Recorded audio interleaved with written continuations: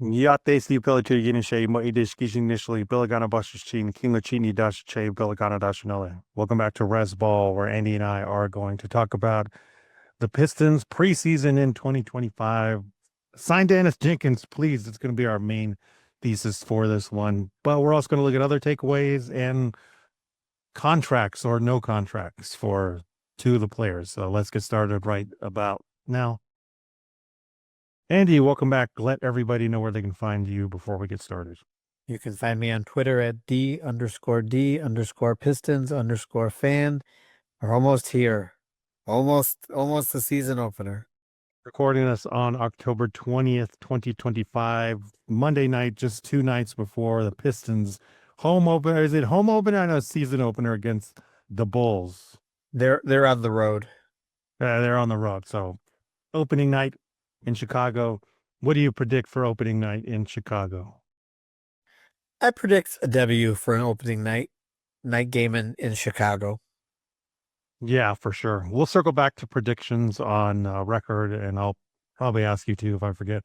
Who do you think the starting lineup's going to be opening night? Because, with Ivy being hurt in preseason, Duren was out for 2 games, and Stu only played a little bit in the last one. So it's like, okay, what's going on in Pistons land? And Karras also played very sparingly. So we'll circle back to the actual takeaways from preseason, but we would be remiss because today, on October 20th, 2025, was the absolute deadline for players from the 2022 draft class to sign contract extensions.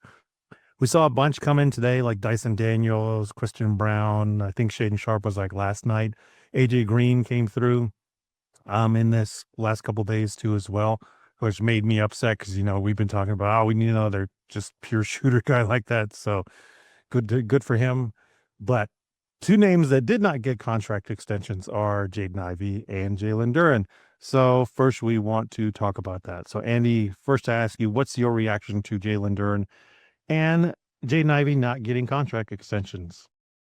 I'm not surprised. Like, I think we've talked about it before that unless it was going to be a number that the team really liked, there's not really a point in doing it and locking them up if they want a contract that in the end is going to be a little questionable.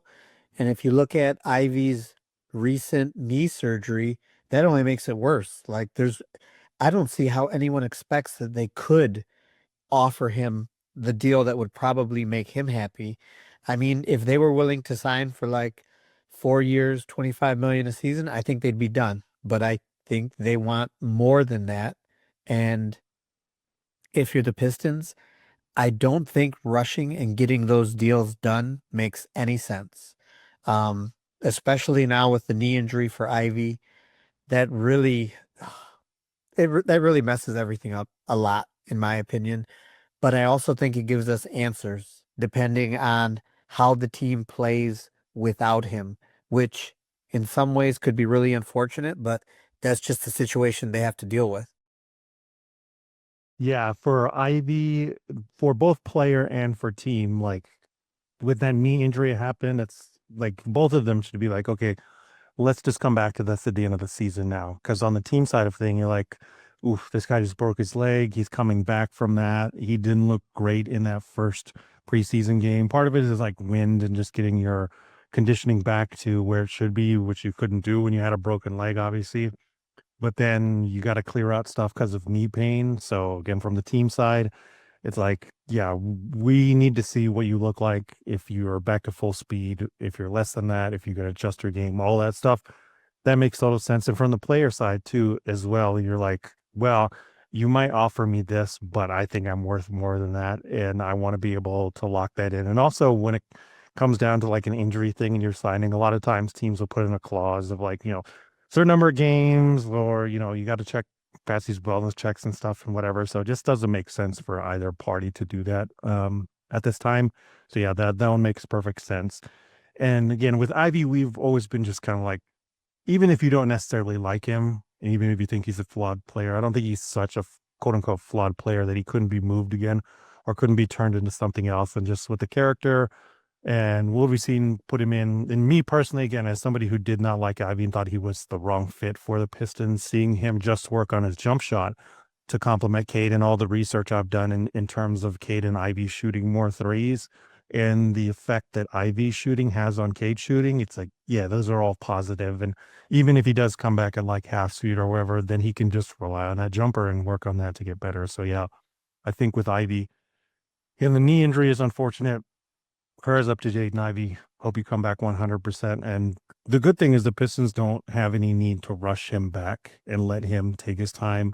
I do think even if they, God forbid, start out like 0-10 or something, I really do think that they would just be like, whatever, still take your time. Let's not worry about getting him back or whatever and all that stuff, because they'd be like, we got other bigger issues to worry about that. We don't need to be rushing back this dude and make our problems even worse at that point. So yeah, prayers up to Jaden Ivey. Get better soon, man. Duran though, oh boy, what are your thoughts on Duran? Because there's some reports, and obviously, I'm gonna say it's bad. Don't resign him. So for Duran, and the thing is for both of them, I like both of them. I would like to re-sign both of them.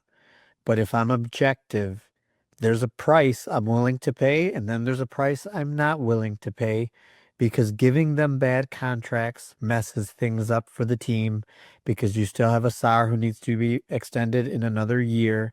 You have Holland a year after that. So there's just things that it's like, and in the past, I think the Pistons have made these mistakes and you just can't do it. And also, like, I like Duran. I believe in him. I think he's going to improve. However, there's only so much I'm willing to pay him, even with the potential of him getting better. Because, like, with the report saying that he wants like 30 million or something, I'm sorry, but for the center position, like, you need to be able to do certain things to get that money. And the Pistons are not a team when you have Cade Cunningham that are looking for a center who does that, in my opinion. Um, so because of that, it's like I understand why they're not going to extend him. And if it's something that he's firm on, this is how much I'm expecting to get, then it's like I think the team, and for both of them, the way restricted free agency works now, it's a pretty good gamble on the Piston side to say, like, we'll see who's going to offer you a big check to try and get you away from us, because it's probably not going to happen. But then even if it does, there's ways around it. Or at the trade deadline, they can both be traded. And so but for the price tag, there's no way I'm doing 30 million. No way. Yeah, we'll get into that report here in a minute. My main thing with Duran is number one, you only got 2 games of him. And I know you can't base like everything on the preseason, but it's another like, okay, he had hamstring issues. Absolutely on the team side, you're like, we know lower back and hamstring issues can linger for a long time. I believe it was Killian that had hamstring issues his rookie year, and those seem to like never go away. And Cade, I want to say was the rookie year as well, had a little bit of hamstring stuff. So that's the big part of it with Duran on the team side. It's like, okay, yeah, he had those. Is that going to linger? And with somebody that hulked up and swole, you do worry sometimes of like flexibility and tightness and all that kind of stuff. But Duran has been pretty reliable and on the court for, his skill set and hasn't really shown that. But on the team side, if that happens and behind closed doors, he is asking for big money, then absolutely you're like, okay, if you want that money, like we're going to wait because we don't want this to linger after we pay you 30 million per season. My big thing with Duran to try and remain objective is there was one game of Duran without Cade and there was one game of Duran with Cade. Andy, how did the game with Cade look? And how did the game without Cade look? He looks amazing with Cade, but everybody looks better with Cade. And how did he look without Cade? Well, that's the thing. Like, if you want that money, you need to be able to generate that without anybody else on the court. But he's reliant on another player, which to me brings his value down. Yeah, and I think you said it last time of like his main offensive skill set is lob catching, and it's like that's an easily replaceable skill. You can find that from other people. And we've said it time and time again here. Every big that Cade has played with, he's made look better and he's made the lob work. They've been able to do it. Marvin Bagley, James Wiseman, even able to get it up to Stu and Paul Reed are not like lob threat guys, but he can make it work in that regard too. And yeah, that game without Cade, again, it's just preseason, but this will come into a point I have later. JB's tried things like he's given Asar the ball. They've force-fed Chaz and Duncan Robinson 3-point shots at times. He's let Daniss Jenkins run wild. And at the beginning of that game where Durden came back, he fed him first like 10 minutes or so. It did not go well. It's awkward. He's putting up weird shots. And you could just tell it's not there. And to be fair, like nobody should be asking Durden to create for himself, but it just shows the limitation of the player. That's all that we're trying to say. And if you're asking for 30 million, let's take a look at that report. So the rumor, this is from, the report that I'm reading here, if you're watching this on YouTube, is from Clutch Points, but they say, according to Jake Fisher of the Steinline newsletter, Durden, who is likely set to become a restricted free agent at the conclusion of the upcoming season, is far apart from the Pistons brass on potential extension. That's what Clutch Point says, and they're quoting Jake Fisher of the Steinline right here. Quote, Durden, meanwhile, has established himself as a fixture in Detroit's lineup, but sources say talks between Pistons starting center and Trajan Langdon's front office have been tepid to date, unquote, Fisher wrote. Quote, Durden's representation has sought well north of last fall's benchmark of $30 million in annual average value, according to league figures with knowledge of the situation, believing there will be considerable interest in restricted free agency next July for a proven big man if the 21-year-old makes it to the summer marketplace. Might Detroit prefer to hold off on extensions now and operate as a cap room team next summer? Answers coming very soon, end quote there. So yeah, there is this report at least of 30 million. Andy, why is 30 million like a ridiculous ask from a player such as Jalen Durden? I think it's a ridiculous ask because when you compare him to, like, what are the other centers that are going to get north of 30 million?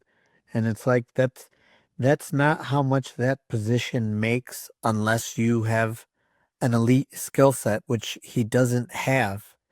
And again, for me, it just comes back to, if you're going to construct your roster, if you're going to spend that money on the center position, you can't spend it on other positions that are more important. And like right now, you have the players who have extended, and looking at the money that they're getting, um, he just did Walker Kessler get an extension? He did not. And for me, that would be something similar. It's like, how much money are you going to pay a center that's going to be limited in the role that they play, especially when more and more you see that successful teams have a five that can stretch the floor out. Yeah, and as Andy said, I'm projecting the players here that from the 2022 draft class that already got re-signed. The guys that got over 30 million, I should say 30 million or over, were Paolo Banchero, Chet Holmgren, and I think that was it, right? Oh, and J-Dub, Jalen Williams. So 2 NBA champions, integral pieces, probably the second and third best player of a title team. Both those guys got like 47-ish million annually, something like that. And then the number 1 overall pick, who's been pegged as the number 1 overall pick, who's like center size and plays like Carmelo Anthony and Paulo Banchero. Is Jalen Durden anywhere close to those guys? No, and if and they don't want to, but if OKC wanted to move J-Dub or Chet, even at those contracts, they could move them. That wouldn't be an issue at all. People would be willing to take them on. No questions asked. Yeah, again, J-Dub, second best player on a title team. Chet Holmgren, third best player on a title team.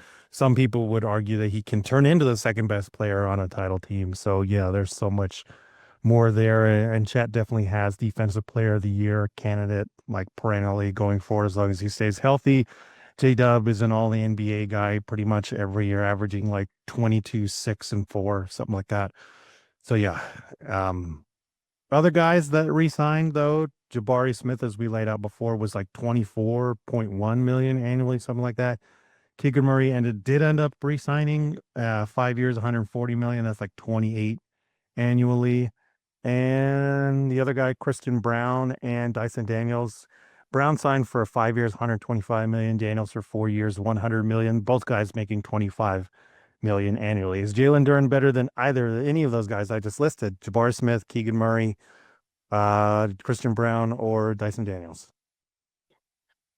I don't think so. Like for me, that's where if he's willing to sign a $25 million deal, I think it would be done. And I think that's where for him and Ivy, they want more. And I think it's in the team's best interest to say, we'll wait. Yeah, and to further break this down too, I pulled up all the rookies from the 2022 draft class. Number one in terms of minutes is Keegan Murray with 7,580. That's what is that, 500? That's like 800 more minutes than Paulo. So it's like those people that are saying, oh, that's an overpay for Keegan Murray. It's like 28 million, as we've said before, 25 to 38 million is very soon going to be standard starter money. And for the number one guy in minutes played out of the 2022 draft class, remember Keegan Murray's played more minutes than Paulo, J-Dub, Jabari, Mathurin, Nemhard, Brown, Duren, Ivy, Sharp, Sohan, Dyson Daniels, Walker Kessler. He's played more minutes than any of them. So as we've said before, availability is the first ability or best ability, right? So yeah, it's like, okay, definitely 28 million. Keegan Murray's also taken 1,461 threes, which I think is also, yeah, the number one 3-point shooter out of this draft class. So that's one of the big things in here. But to give you an idea with Duren and Ivy of like,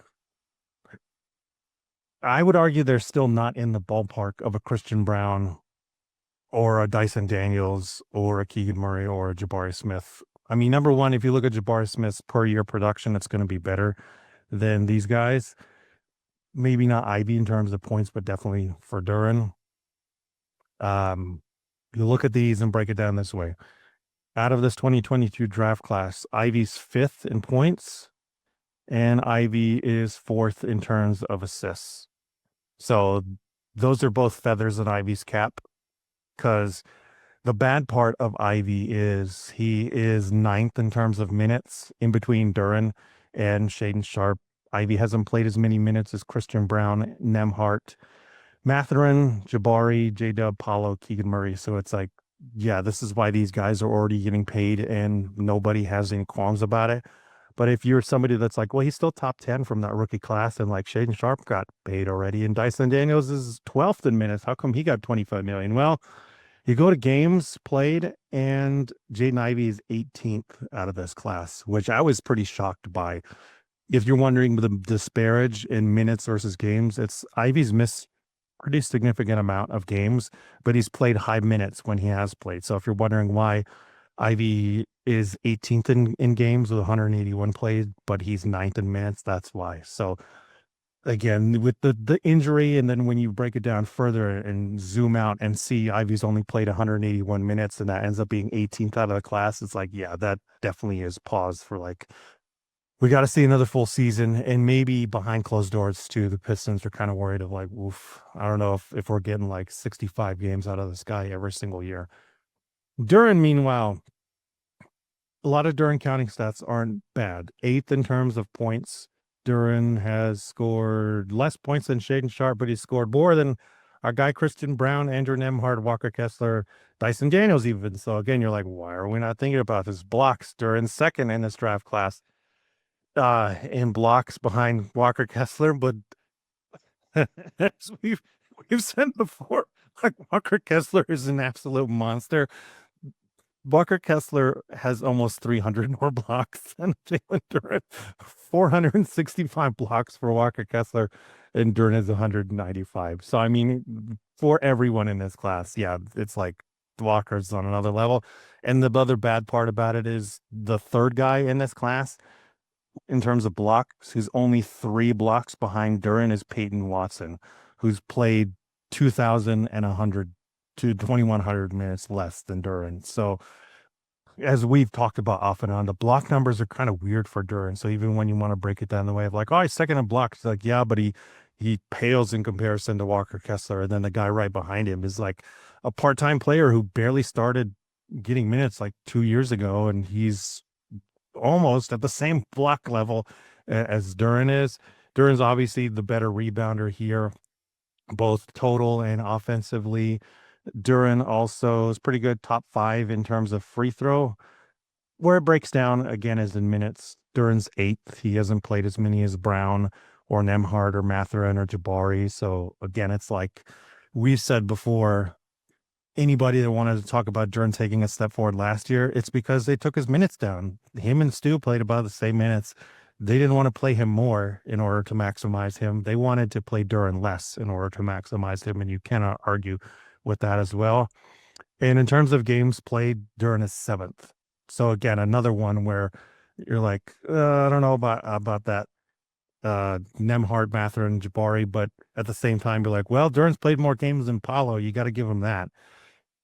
And the big one to me, two big ones. If you look at assists, that's the one feather in his cap that people should be like, if you hear his representation, you should be pumping up Duran of like, hey, Duran has 431 assists. That's 8th in the class. That's between Scottie Pippen Jr. and Christian Brown. Like, these really good guards. He has more assists than Mathurin and Murray and even Jabari. Like, he, puts Jabari way in the back burner.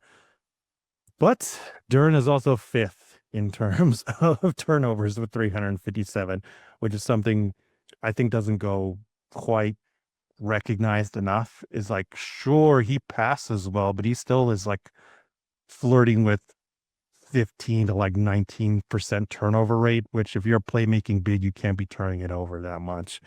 It did go down last year because it's been kind of hovering 1-to-1 turnover to assist ratio. So we'll see. That would be another reason why on the Pistons side of like, well, we want to believe in your playmaking, but that's still a lot of turnovers. Like, Duran has more turnovers than Nemhard, who's the freaking point guard who like holds the ball all of the time. He has more turnovers than Shaden Sharp, who's pretty much like a turnover machine. That's not a good thing. And Dyson Daniels, who has played point guard, is there. And again, Scottie Pippen Jr., he was pacing Scottie Pippen in terms of assists, but Scottie has like 200 less turnovers almost than Duran. So yeah, that's one part, is the turnovers are really bad for Duran. And guess who's number 1 in fouls in this rookie class, Andy? Yes, he's number 1. And that's my last closing point with Duran. Even in the good preseason game, Duran played 19 minutes. He had 3 fouls. Why is that bad, Andy? Well, we've had issues with foul trouble in the past with him. Yeah, and if you're making 3 fouls every 19 minutes, you ain't playing a full game, man. You're fouling out of a lot of things. 625 total fouls for Duran. That's probably the number one thing that he has to work on, and why we keep saying square peg and round hole in terms of what this defense wants to do with switching everything. And Duran, that's not his strength. So we'll see. I still say don't sign Duran. Not 1-to-1 player. I don't think Duran is quite the demanding personality of a DeAndre Ayton, but it does remind me a little bit of that.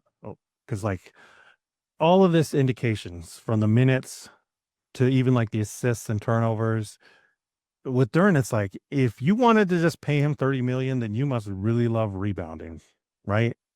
Like, that's pretty much what it comes down to. So yeah, if that continues, of like 30 million Piston fans, bid your farewells to Jalen Duran, because the Dyson Daniels deal probably screwed Ivy, Duran, and the rest of the guys that still remain restricted free agents, who are Mathurin, Jeremy Sohan, Usman Dang, who's not going to maybe even make it, Oshai Baji, Mark Williams, Tari Eason, Dalen Terry, Malachi Branham, Walker Kessler, Peyton Watson. Because Dyson Daniels signed 4 years, 100 million. That's 25 million annually.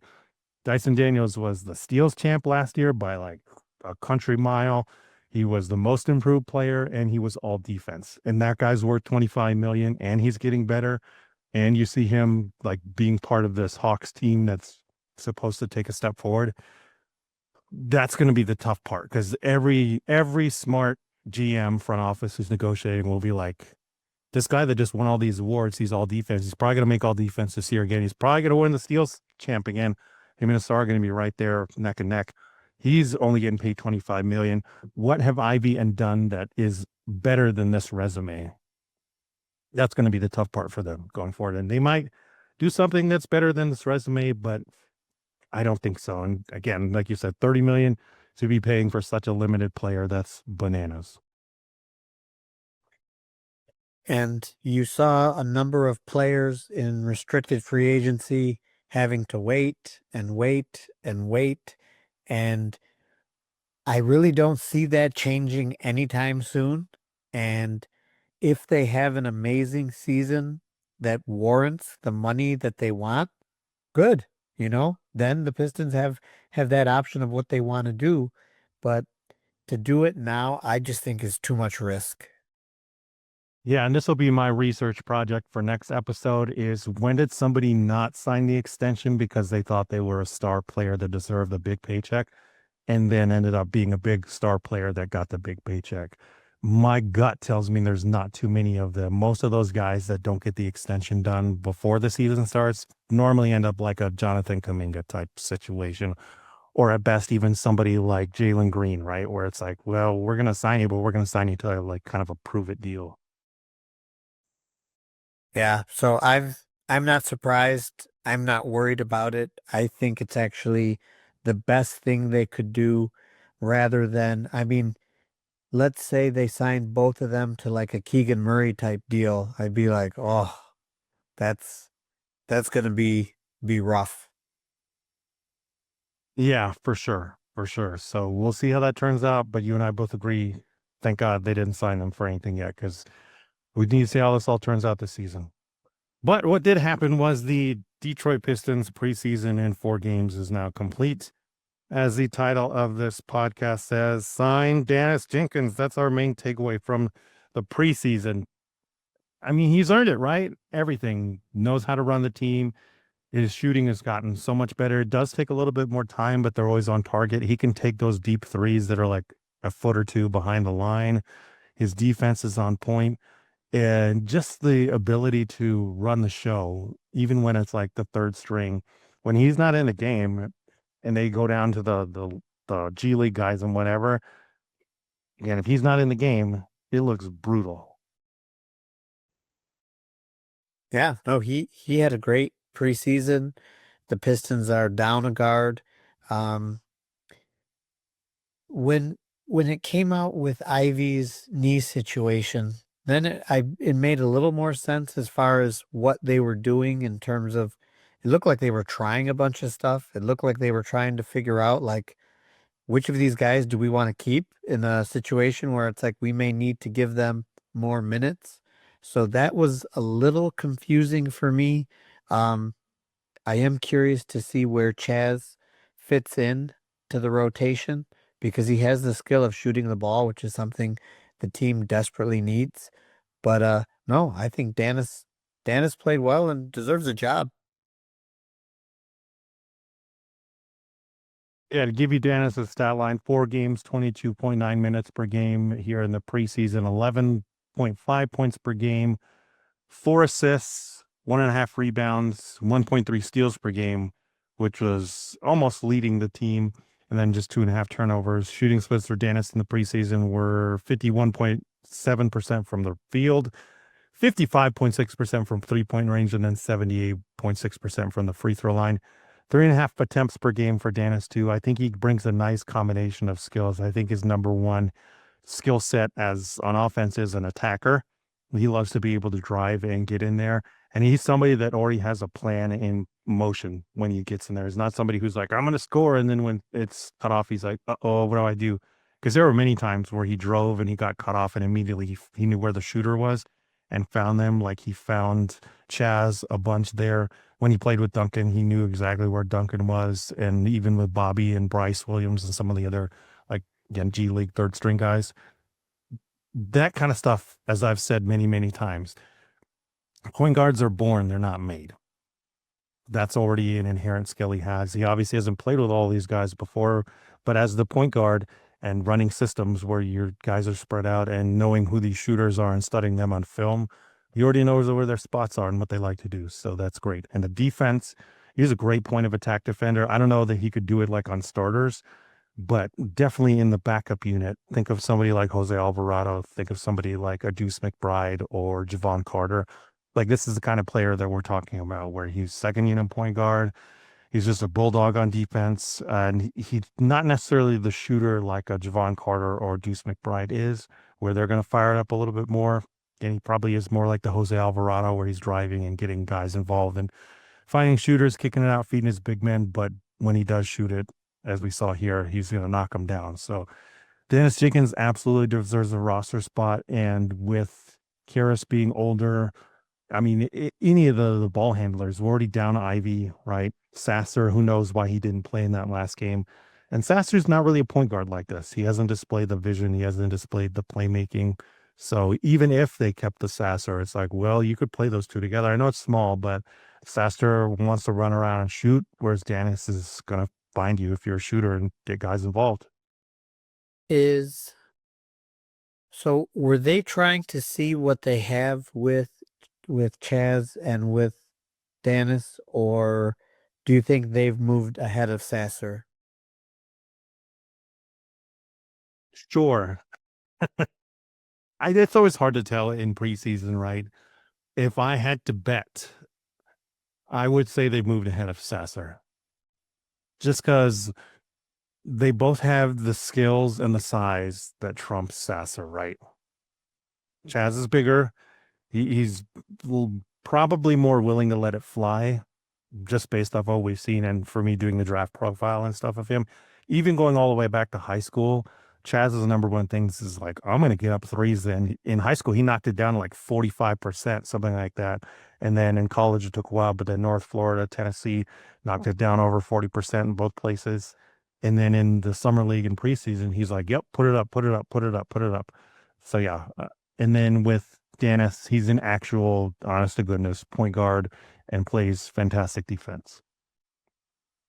So, I mean, the reason why I'm asking is with the Ivy injury, like Karras was probably supposed to play some point guard slash mainly two guard in the backup unit with Ivy. But without Ivy, it's like, well, we could actually use a point guard, which Sasser is not. And then just looking at size, it's like Chaz has the size and the same shooting ability as Sasser. And Chaz was actually drafted by this front office. Sasser wasn't. So for me, I wouldn't be surprised when the season started if Sasser was the odd man out.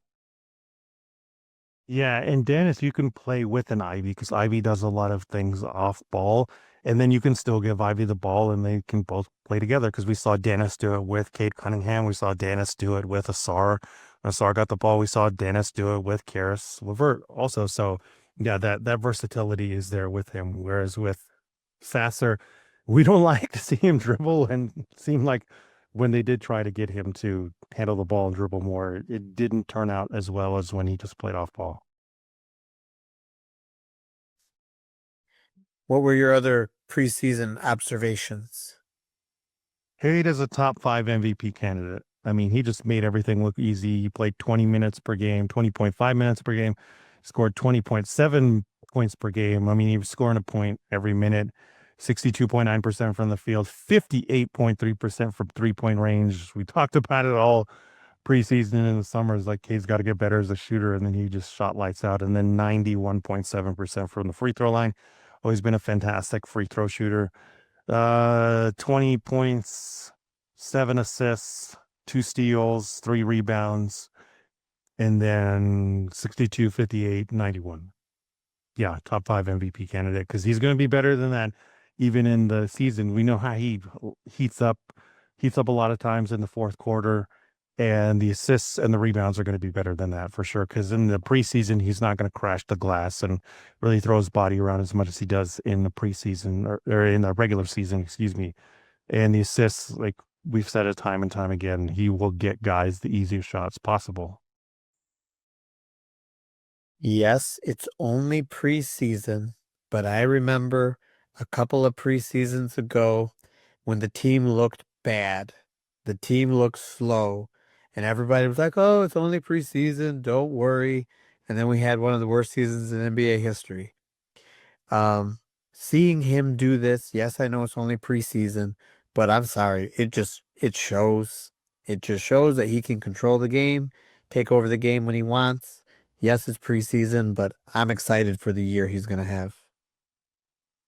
Yeah, diamonds shine no matter the clouds. So number three takeaway is JB tries things. Like I said in the last pod, all criticism of JB, well, I mean, nobody is ever exempt from criticism, but are things of like, he's a coach stuck in his ways. I don't know if he'll do other things to, be innovative. No, all that's thrown out the window.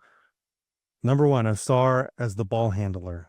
Even when Ivy played that first game, we brought it up a little bit last time, but it ended up being a theme through all four preseason games. So here you go, Asar, go out there and handle the ball.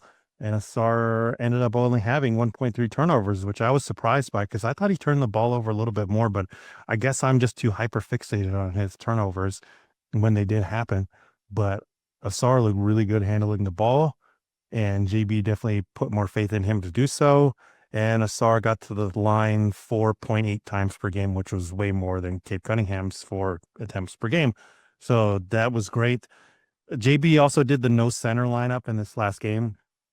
At the end of it, it was like 5 minutes to go in the second half, and he was like, forget it. And he had all three guys. Stu was available, fully healthy.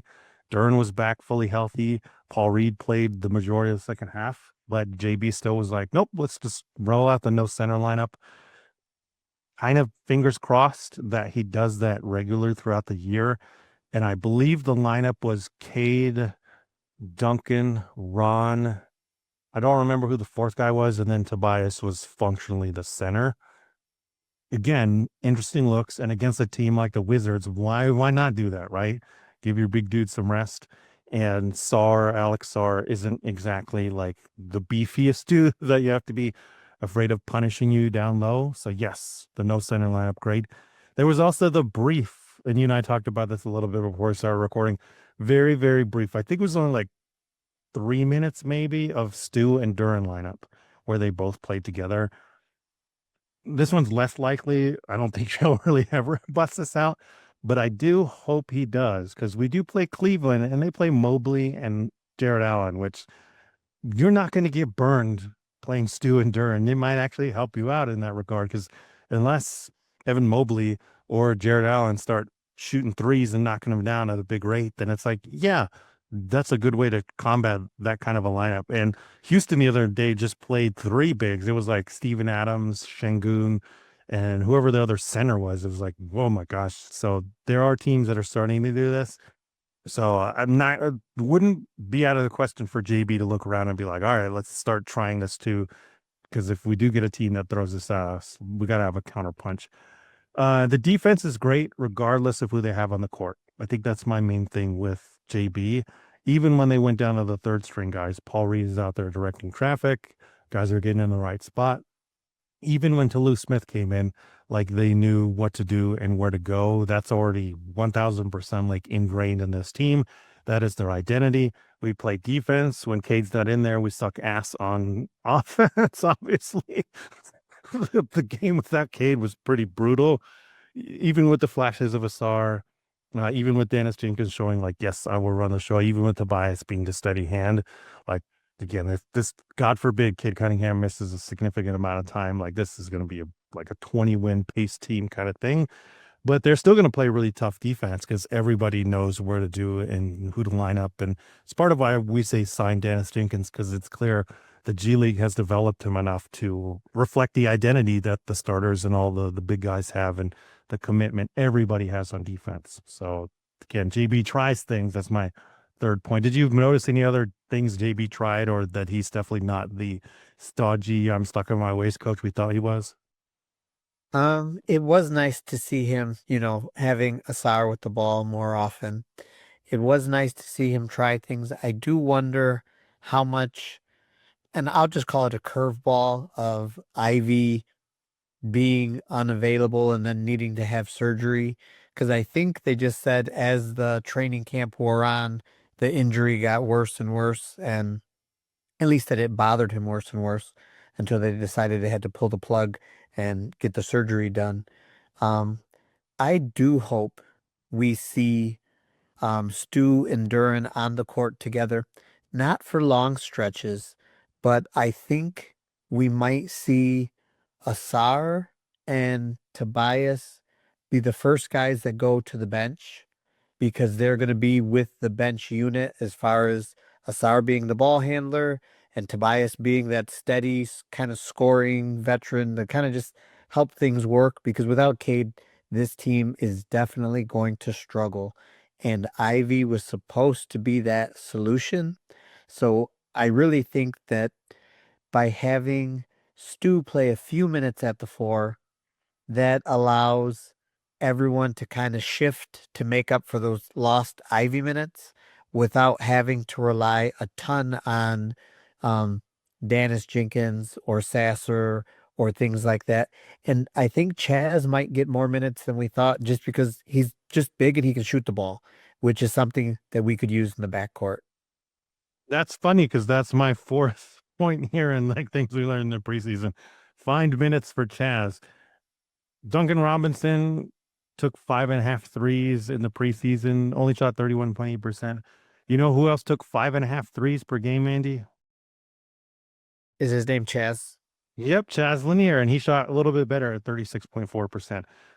My in parentheses of find more minutes for Chaz is Duncan might be the only 3-point shooter.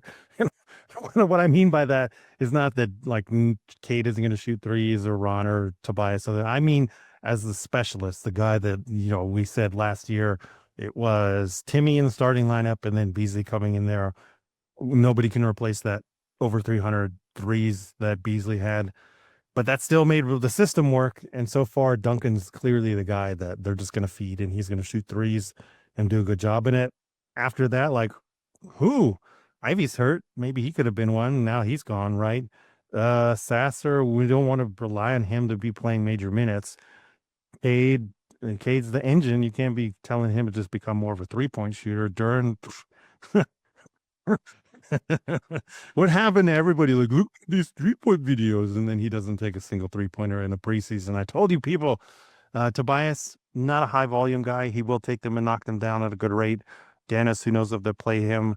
Ron Holland seemed to be taking more, 33%, but I don't know if he's going to up his volume. And then Stu took them, didn't take a lot, but he's still chipping away at it. Again, this is my point. Duncan's clearly like, shoot threes, help us space out the floor. And beyond that, nobody else here is a 3-point specialist that is definitely going to help space out. So Chaz will do that. He shot it at the same rate pretty much as a Duncan Robinson. They relied on Chaz to play 21.4 minutes per game, which was a little bit more than Duncan's 21.2 minutes per game. And Chaz played with pretty much everybody. Yes, he played with like the third string G League guys, but he also played with the starters. He also played with the backup unit with like Harrison, Asar roll with the ball and stuff. And the main thing that I like about Chaz is he does the thing that very, very, very few shooters do, which is if you get it to him up high, he will not cock the ball down. He will catch it and he will release it. Like you just don't see that in very many shooters because not enough of them have good enough touch to catch it and launch it from up top. A lot of them kind of have to gather, get their feet set, and then pull it up and jump. Like Chaz is already set with his feet and on catching on the bounce and ready to go. That if you get it up high, and where his shooting pocket is already, he's just going to launch it and he doesn't have to cock it down or anything, which is part of the reason why he's able to shoot it at the pace that he has. Because if he has a good enough passer like a Cade Cunningham or like a Daniss Jenkins or even a Sarf from time to time got him the ball in that situation, that he can just fire him off. So yeah, I think they got to find minutes for Chaz, especially with Ivy gone for a while. My hope is the first like 10-ish games, they're like, forget it. We don't even care what our record is. We want to work Chaz in here and see what we have and then adjust accordingly. Because when Ivy comes back, he's obviously going to get a lot of minutes. But maybe if Chaz catches on right away, then it eats into like Karras and some of these other guys whose minutes are kind of more fluid. So that's probably one of my biggest concerns with Ivy being gone is the 3-point shooting because, like you mentioned, with and even though he can't replace Beasley, we'll just say that Duncan Robinson replaces Beasley. But then replacing Hardaway was going to be an issue, but we thought Ivy could do that. But without Ivy, and Karis LeVert can go either way in terms of he could have a decent year shooting the ball, or he could not do well shooting the ball from three. And I think if he's not shooting the ball well from three, it creates a lot of problems. And I agree with you. I would not be surprised to see Chaz getting the minutes when Duncan Robinson is on the bench because we need a proven 3-point shooter on the floor. And even though he doesn't have a history in the NBA, he can shoot the ball. And I think that's something the team is going to need. Otherwise, this offense could really struggle because there's not a single other shooter. I mean, Cade has looked good in the preseason, but like, the playoffs last year were a problem. So it's really there's just a big risk in the lack of shooting on the team. Yeah, can we pause on Karras for a minute? Have they already soured on him, or is he like more injured than I realized? Because not only did he only play 2 preseason games, it wasn't until I looked at this from basketball.realgm.com and looking at the preseason stats for Karras that he only played 13.9 minutes per game. So that was one of the questions I kind of had for you before we started recording, where I was like, the preseason, because for game one, I did a rotation. For the other games, I didn't because it was not very useful. Um, I did for the last game, but it was only going to be for the first half because then like Stu didn't play anymore. But I Sasser was a huge question, and then also Karras in terms of because originally he was like one of the first guys off the bench in the first preseason game, and I thought, okay, that's kind of, I mean, not to be mean, but I didn't want to see that, but that's what I expected to see. And then at the end, he wasn't. So I'm very curious to see this game one rotation to see what JB is going to come up with. Yeah, because Chaz's gravity already seems to be like a difference maker. And even if it's just league average, think of somebody like Jordan Hawkins who came in his first year and just put him up and it affected the court in a positive way that way. And even if he's the same defender, quote unquote, that a Jordan Hawkins is, it still makes a difference, which I tend to think that Chaz is going to be better with the 6'9" wingspan and just what he showed in the preseason, committing to that side of the ball also. So yeah, fine minutes for Chaz, please, because number 5, I don't think Asar is ever going to shoot it, man. He just doesn't want to take them. It says he took half a 3-point attempt every game. I think I can only tell you one 3-point attempt I remember from Asar, and that was in the Wizards game. The one where it was clear, like, all right, this is the 4th one. Just try things out, guys. And what's more concerning than that, I told you Asar got to the line 4.8 times per game, but he shot 47.4% from the free throw line. Inexcusable. At this point, we've said before, we do not care if Asar ever shoots the ball. I mean, we would like to, right?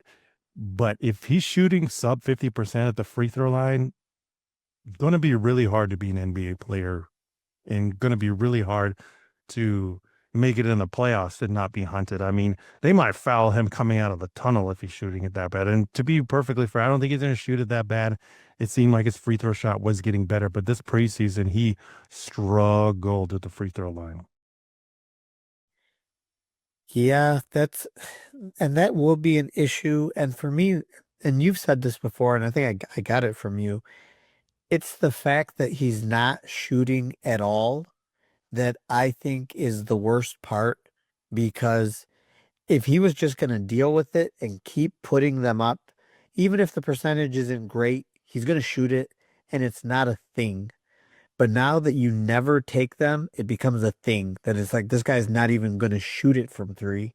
And now it makes the free throw thing even bigger. And it's like, I just wish he would just let it go. Just shoot it and and just get over it. Just keep shooting the ball. We'll get through it.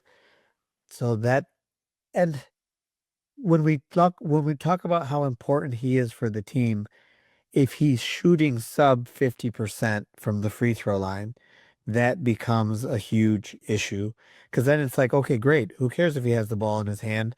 Like, don't leave your man, just foul him, and we can deal with that. Yeah, and Asar only scored 8.3 points per game here in the preseason. If he's shooting even like 60% at the free throw line, that's like 10 and a half, 11 points per game just there. He's leaving too many points out there on the court. And if you're somebody in this modern NBA with all the spacing that can't stretch the floor at all, you have to find all the other avenues that you can to be making up points. Because with Asar on the defense, we got no issues. Asar with the ball handler, we really don't have any issues. Now it just comes down to like, dude, knock down the free throws because you're going to become a liability there as well. Stu, though, Stu's shooting it. And with Asar not taking threes, this is why we keep advocating for a Miles Turner, a Naz Reid, Santi Aldama, another stretch big, because when you put that guy next to Asar, then it is lessened. And it also helps out the Duncan Robinson and the Chaz Laniers. And it just adds more spacing and more room for Cade and more pressure taken off of Asar here. What do you think of Stu's 3-point shooting? I'm excited by it. I know it was not a lot, but it was 1.3 attempts per game. He shot 40%. And I think he's the opposite of Asar for me, and why I put Stu, though, with all caps exclamation point, because when the moment came of like, oh, he's open, he should take that. Or even when it was like, oh, you know what, he should take that right now just for the spacing purposes, he did it. So I'm I'm a little nervous because them saying, yes, Stu's going to be shooting threes, blah, blah, blah, and to only get up one per game in the preseason. And yeah, he didn't play that many minutes. Um, because, and maybe this is just ridiculous, but I wanted to see like 4 attempts a game like he was doing before, because I think that legitimately changes like him being on the court. Um, And specifically on this team that doesn't have 3-point shooters, he's probably one of our best percentage 3-point shooters, which is absolutely crazy. But that's what the numbers would say. Yeah, to your point, Stu played 4 games and he only took 5 total 3-point attempts. So yeah, I get it there. Total minutes were 53.1 though, so he played the 11th most minutes. I mean, like Javante Green, and even Karis LeVert, when he did played more like minutes per game than minutes total than sorry, excuse me. Looking at the minutes, Stu played the 11th most minutes, and but like Bobby Clinton, Javante Green, Toulouse Smith, Bryce Williams played more minutes than Stu. So it's clear they're kind of resting him. And the reason I'm more excited for Stu is it seemed like, sure, he didn't play that many minutes, but the pace at which he's shooting threes in those limited minutes was far superior than last year for sure, right? And it does give us that, okay, they are recommitting to this. It might not be like the main feature of it, but it's going to be there. We'll see how much it ends up being there in the offense. But if you do want to end up playing a Duran and Stu together, then guess what? That's going to help out so much more. And you do still have a Duncan Robinson here that you could play if you do play the two big lineup. And Cade Cunningham, is going to get him up from 3. But as we said before, with Ivy out, we've already laid out when Cade and him take 5 or more threes, good things happen. Last season, in the limited time that Ivy was on the court, when he took was like 6 or more threes a game, he shot some like 42%. So it's like, oof, yeah, the makings were there. I'm just very hopeful in Stu shooting. I'm just happy to see it again, I guess is my main point with this, is why it's a little bit further down the list.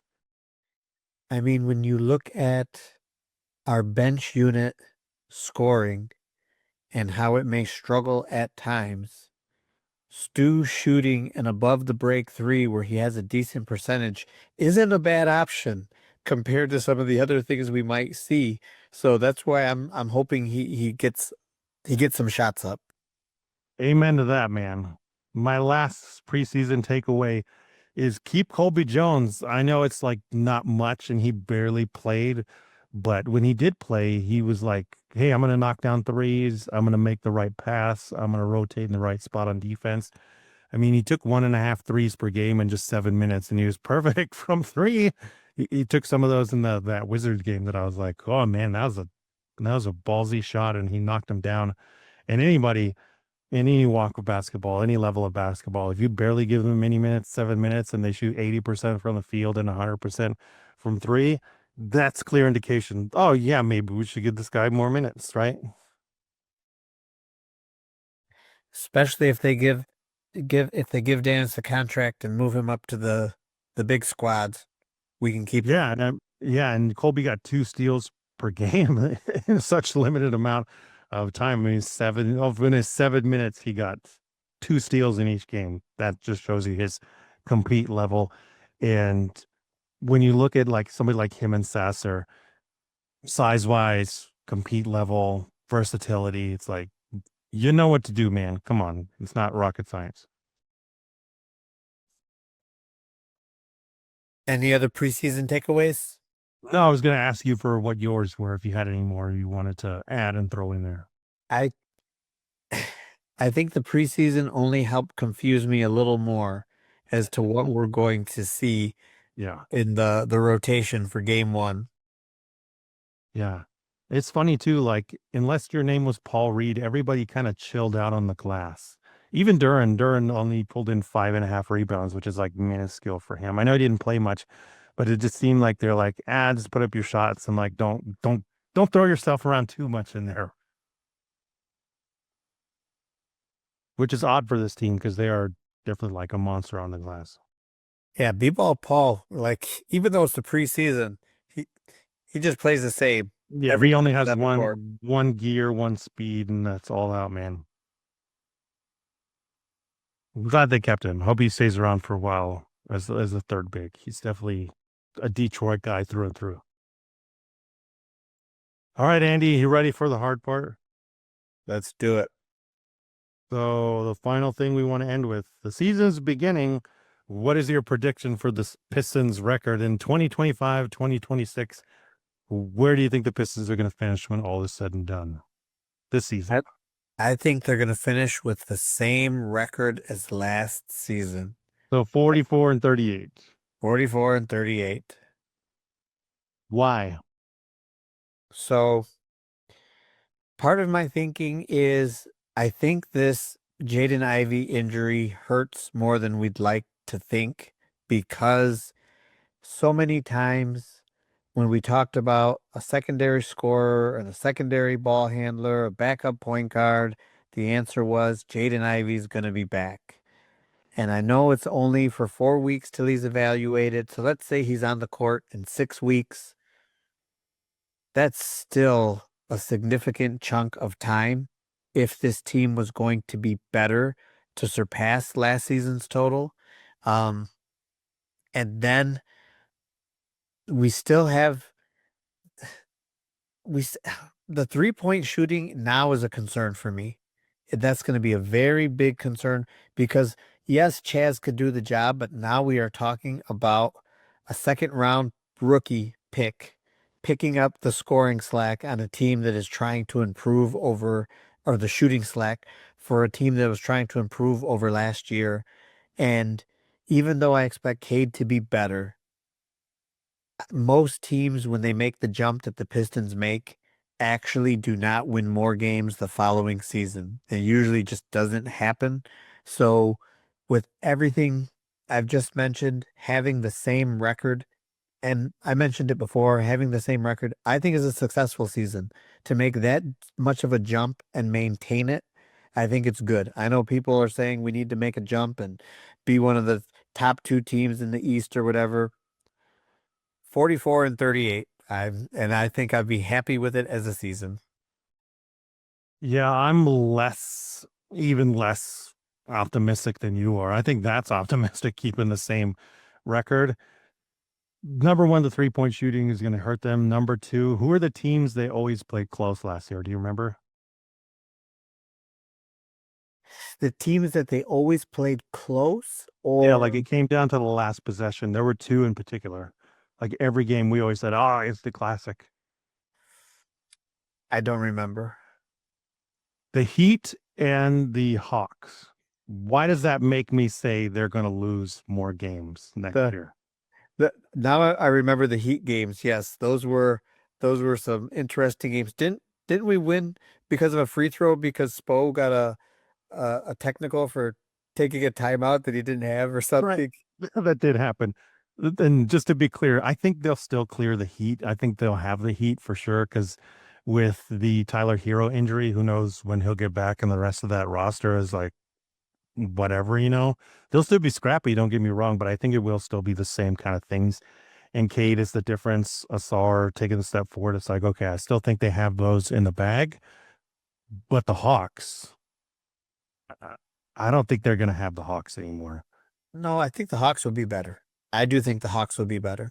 Yeah, I mean, just between Porzingis and uh Nikhil Alexander Walker, like that would probably be. I mean, Porzingis by himself might just be enough with how much Jalen Duren struggles against stretch bigs.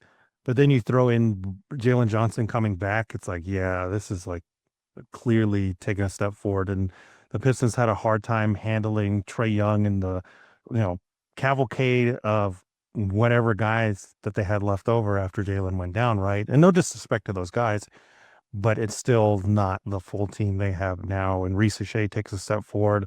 Daniels might get better as a 3-point shooter, right? So yeah, I think that's part of the reason is like, yeah, they won a lot of close games with the Heat and the Hawks.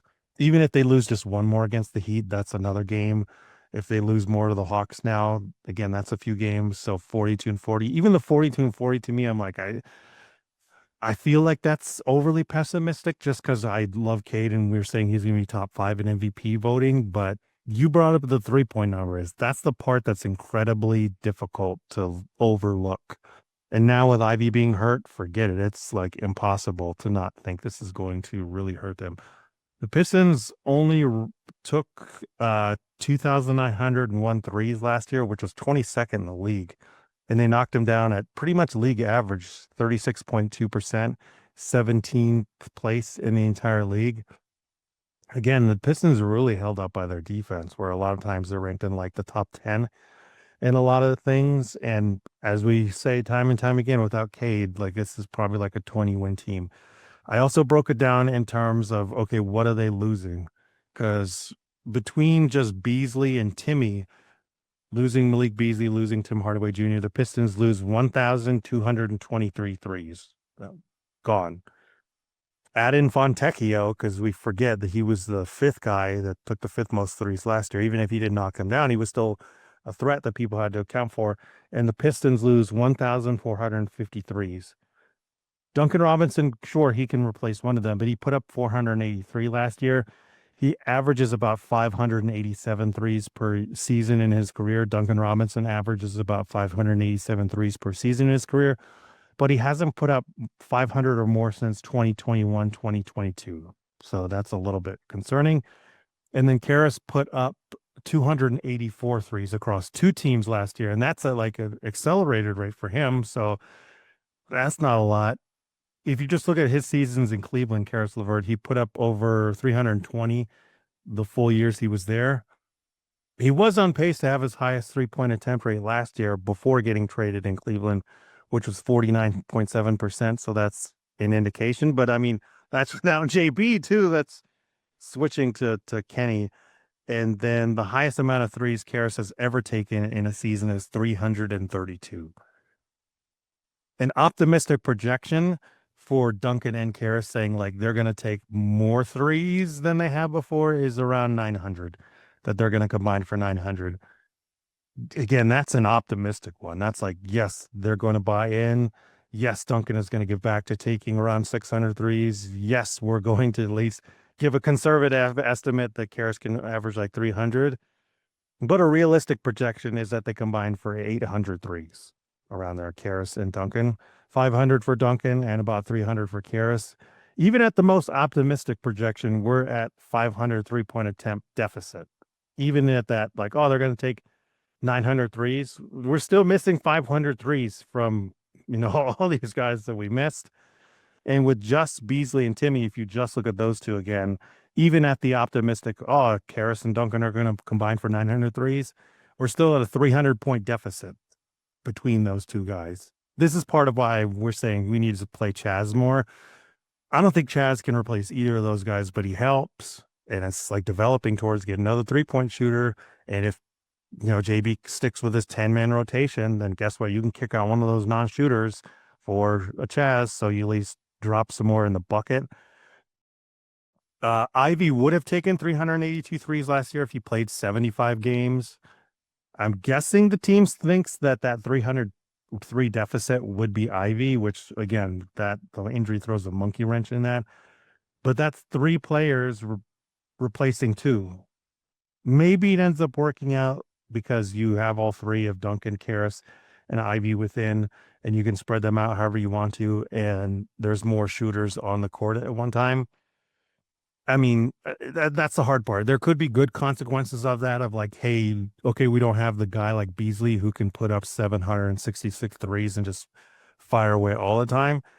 But we have 3 more reliable shooters than we had last year in Beasley, Hardaway, and then Fontecchio, who was kind of all over the place.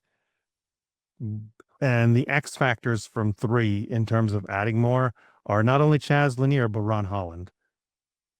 Just Ron Holland has shown, and he shot 33% on 2.3 threes per game in the preseason. Like, those could be, again, drops in the bucket. Nobody's going to replace Beasley. Stop saying that. But this is where it starts to be an issue for me, and why I say like 42 wins. You factor in the Hawks getting a lot better.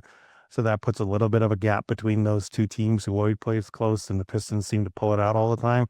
And then this issue of like, there's not a lot of spacing here.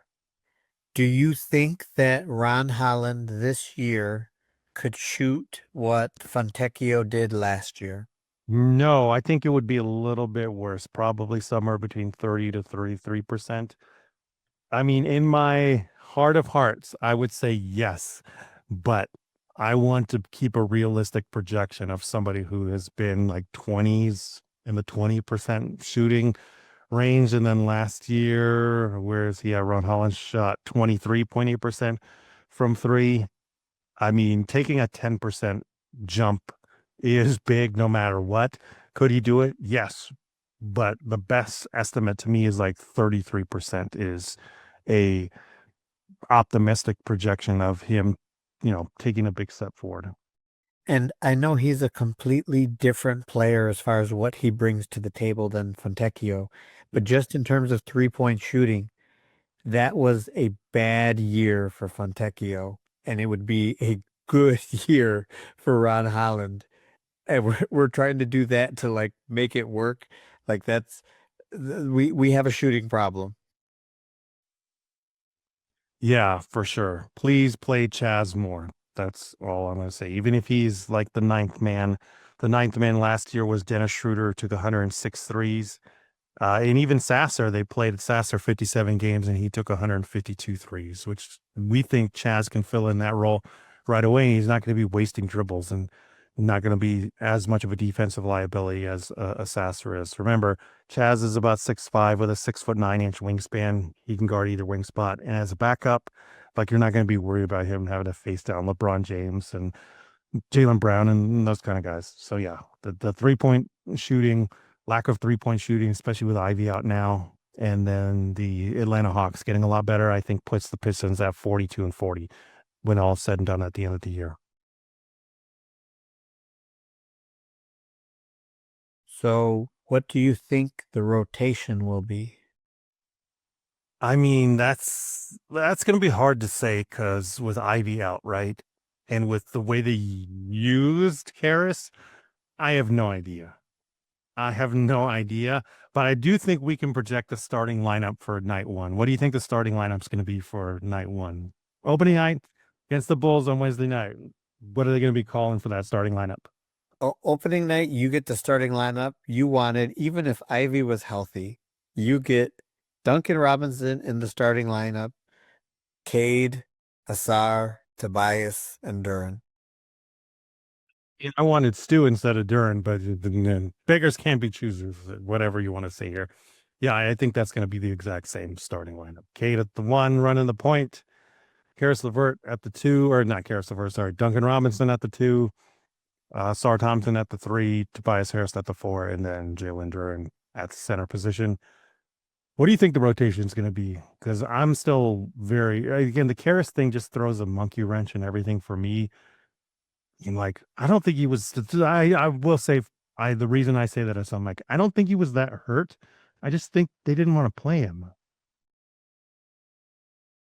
I will stick to saying that the preseason only confused me more as to what this team is going to do.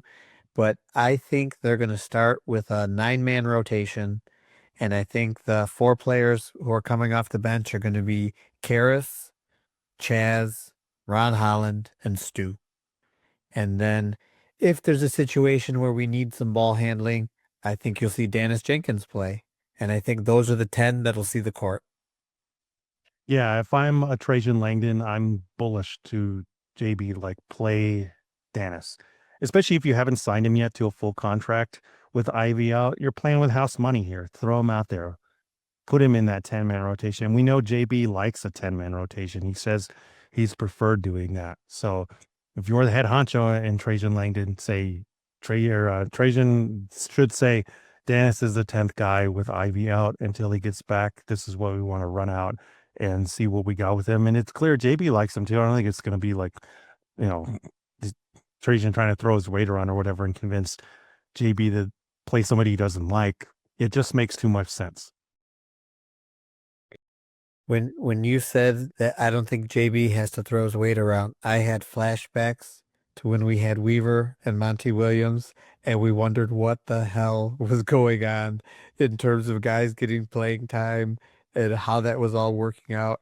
And if we had to trade players so the coach would stop playing them, oh my Lord, horrible flashbacks. Yeah, Trajan and JB definitely seem like they are in lockstep together for sure. So no fear of that. Andy, do you have any other Piston season starter thoughts or preseason wrap up things you want to say? No, I'm just excited. I can't wait for Wednesday night to see this team play and see, and most likely what we see in game 1 is what we're going to see for like the first probably 20 games. So basically until Ivy's healthy, this is what we see in game 1 is what we're going to see until Ivy returns. So I'm just excited. Same, ready to get that first W in Chicago and ready for Cade's MVP season to kick off. Andy, let everybody know where they can find you before we get out of here. You can find me on Twitter at D_D_Pistons_fan. Let's go. As always, it's Resball TV here on YouTube. Subscribe, like, comment. Let us know what you think about the Pistons record going into this season, what you think it's going to be, what you think of our thoughts on Ivy and Duran and the contract extensions, where that ultimately ends up. And you can always follow me at Resball Pod, Blue Sky, Instagram, Threads. And I think that's all it is for me. So yeah, thank you so much for listening to us. We will catch you next time. Good night.